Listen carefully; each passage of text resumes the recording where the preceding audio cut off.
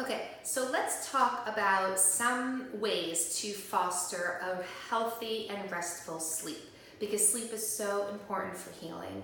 And of course, there are so many factors that go into this, but I am just going to kind of give you an idea of ones that I talk about with my clients very often, who are mostly women and who tend to be moms. I work a lot with new moms, and I work a lot with active moms, either mom athletes or weekend warriors or just being active in day-to-day life. So we tend to be busy, we tend to be scheduled, we tend to be go, go, go all day. And so these are just some tips that I talk about a lot in my practice. And of course, because there are so many, sleep is very individualized. If you do find yourself struggling a little bit or waking up often through the night or not being able to fall asleep or not feeling rested, there are a lot of things that can go into it with it, which is beyond what we're talking about right now. It's important to kind of investigate that and really know your body and learn your patterns and what helps you. So some general tips that are great for anybody and everyone can apply them are some, of course, that you've heard about, the more obvious ones, limiting caffeine, sugar, and alcohol throughout your afternoon and evening, but particularly before bed, because those can tend to disrupt sleep patterns if you notice a struggle there. But again, that is finding things out in your own body. Of course, finding ways to decrease stress, decrease that cortisol running through your system. So one way that is very helpful is before bed, taking that at least 30 minutes, but whatever period works for you, to do just kind of low light, no electronics, put the phones away, the TVs away, and just, I find if you move your body a little bit in a very meditative, moving with your breath sort of way. So you go inside and just gentle twists or lying on the floor, stretching your legs. There's a million things you can do and you kind of find what feels really good to you. But if you gently wind down and just kind of move through some breath, that can be very, very helpful and very meditative in a dim light. So you can just have time to let go of the day. So you're not going to bed thinking about your day. You're going to bed thinking about some gratitude or things that make you happy or just being restful in your body. So that is one.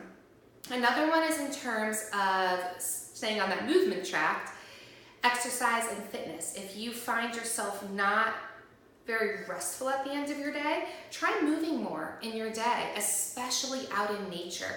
Getting sunshine and fresh air really physiologically makes changes in your body to help your hormones balance. Especially new mamas, we are struggling postpartum, getting things all back in alignment. So being outside, moving more, moving your body more in either full-blown, full-body type of exercise, if that's your thing, or walking outside in nature, playing with your kids, if that's your thing. But anything you can do to use more energy during the day also can reflect in your sleep and make your sleep more restful. Another one is a lot of my clients, including myself, because I am a mom of three, a young three, and we tend to burn the candle at both ends, where we finally have time to ourselves in the evening, after the kids go to bed.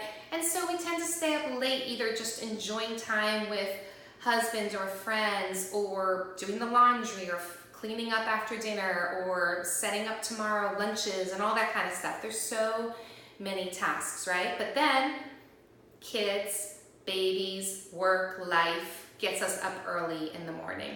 So that window of rest is shortened. And so anything you can do, you should be getting, all adults should be getting between 7 to 9 hours of restful, peaceful sleep and downtime. So if you feel like you're not getting that, you're wishing you could sleep in, and these kids get up so early and work starts so early and school starts so early, Sleep in on the front end, so protect and honor your bedtime and just letting things go, which I understand is very difficult because it's about getting things in order, but giving yourself permission to rest and to go to bed and to be very serious, like, okay, whatever time you choose, it's 8 o'clock, I'm gonna start chilling, I'm gonna have my quiet time with whatever it is and whoever it is I like to do that with. I'm gonna start maybe stretching a little bit on the floor while I watch TV, whatever, but just making sure you honor that. If your sleep cycle is very short because of life, try to see how you can manipulate to extend that restful period a little bit. It makes a huge difference in your healing, in fat loss, in, of course, mental health and happy hormones in your brain, and just everything.